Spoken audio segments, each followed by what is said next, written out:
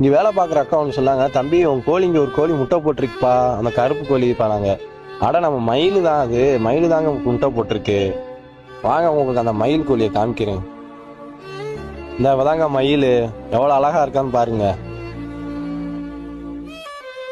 இது வந்து பாத்தீங்கன்னா நம்ம ராணி மங்கம்மா. இது மங்கம்மான்னு ஏன் சொல்றேன்னு பாத்தீங்கன்னா, இங்க இருக்க எல்லா கோழியும் அடிச்சு ஓட விட்டுக்கு இருக்கோம், அதனால இது பேர் மங்கம்மா நச்சாச்சு.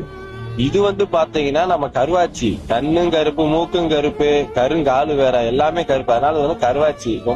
இது வந்து பாத்தீங்கன்னா நம்ம சவப்பிங்க. அந்த சவப்பி வந்து பாத்தீங்கன்னா இப்ப அடையில இருக்கு. இது எல்லாமே சண்டை கோழியில விழுந்த முட்டை தான் இது.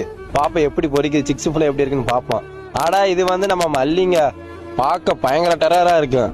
ஆனா இது பச்சை குழந்தைங்க, இது எதுவுமே பண்ணாது. பாருங்க எவ்வளவு அழகா இருக்குன்னு.